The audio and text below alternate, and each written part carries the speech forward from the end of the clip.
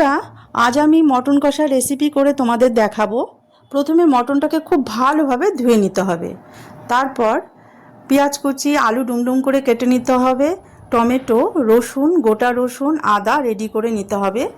এবার মটনে একে একে এগুলো সব ডালতে হবে, যেমন তেজপাতা, শুকনো লঙ্কা, রসুন, টমেটো, কাঁচা লঙ্কা, গোটা রসুন, পেঁয়াজ কুচি সব এর মধ্যে দিয়ে তার উপরে 1 চামচ, বড় চামচের 1 চামচ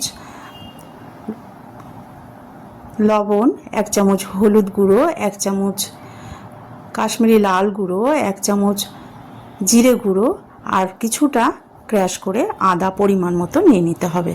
এবার সরষার তেল ভালোভাবে দিয়ে, যতটুকু পরিমাণ দিয়ে ভালো মতো কচলে মেখে নিতে হবে। মেখে 30 মিনিট এটা ঢেকে রেখে দিতে হবে। আলুগুলোকে ভালোভাবে ছাঁকা তেলে ভেজে তুলে রাখতে হবে একটা বাটিতে।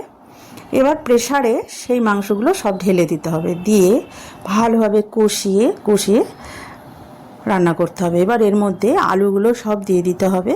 তারপর হয়ে গেলে গরম জল 2 কাপ দিয়ে সিটি মেরে দিতে হবে। তারপর গরম মশলা দিয়ে নামিয়ে দিতে হবে। হয়ে গেল মটন কষা। গরম গরম ভাতের সাথে পরিবেশন করো মটন কষা।